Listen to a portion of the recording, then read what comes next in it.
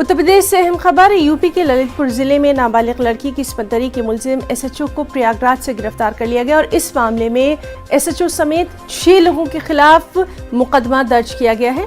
इस सिलसिले में कल 2 मुलजिमान को भी गिरफ्तार किया गया था। ख्याल रहे कि मुतासरा की वालदा की शिकायत के बाद चंदन, राजभान, हरिशंकर और महेंद्र चौरसिया नामी मुलजिमीन ने 22 अप्रैल को उनकी बेटी का अगवा किया था, इज्तिमाई इस्मत रेजी की थी। इल्जाम है कि मामले की शिकायत करने पहुंची बच्ची की थाना इंचार्ज ने भी इस्मत दरी की। इस वारदात पर अपोजिशन जमातें योगी हुकूमत पर शदीद तनकीद कर रही हैं।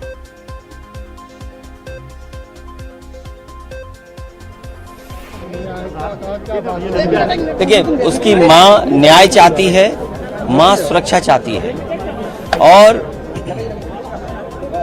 सुरक्षा हो, उसकी न्याय मिले, यही है। और जिस जगह वो न्याय मांगने गई वहीं ये घटना हो गई हो और अगर उत्तर प्रदेश की पुलिस ये करने लगेगी, और पुलिस की पहली घटना नहीं है, चंदौली आपके सामने है, गोरखपुर में एक व्यापारी के साथ घटना हुई वो आपके सामने है, हाथरस की घटना आपके सामने है।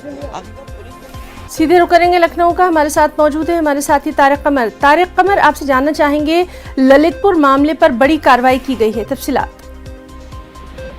देखिए, मुख्तलिफ बयानात भी आ रहे हैं। पुलिस महकमे की जानिब से जिम्मेदार अफसरान जो हैं उन्होंने बार बार ये कहा है कि इसमें किसी को बख्शा नहीं जाएगा। 4 लोगों की गिरफ्तारी भी हुई है, मजीद 2 लोगों की तलाश के लिए कई टीमें बनाई गई हैं और उत्तर प्रदेश में नहीं बल्कि मध्य प्रदेश तक पीछा किए जाने के जो है वो खबरें सामने आ रही हैं। एडीजी एलओ के बयानात के मुताबिक जो इंस्पेक्टर है, जाहिर है उनके सस्पेंड होने के साथ साथ पूरा थाना लाइन हाजिर भी हुआ, आपने बताया।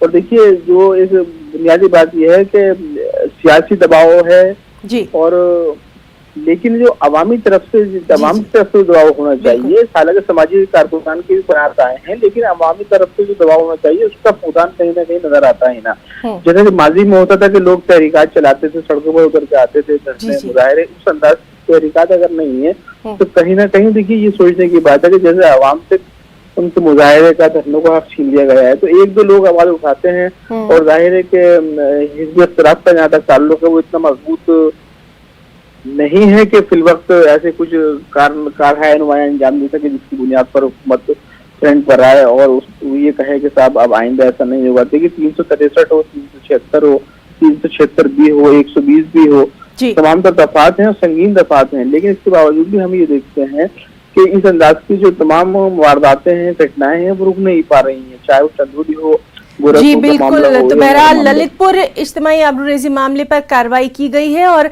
आगे इस पर क्या कुछ अपडेट रहेगा, तारिक कमर से लगातार हम अपडेट लेते रहेंगे। तारिक कमर, बहुत बहुत शुक्रिया आपका तमाम तर तफसीलात के लिए।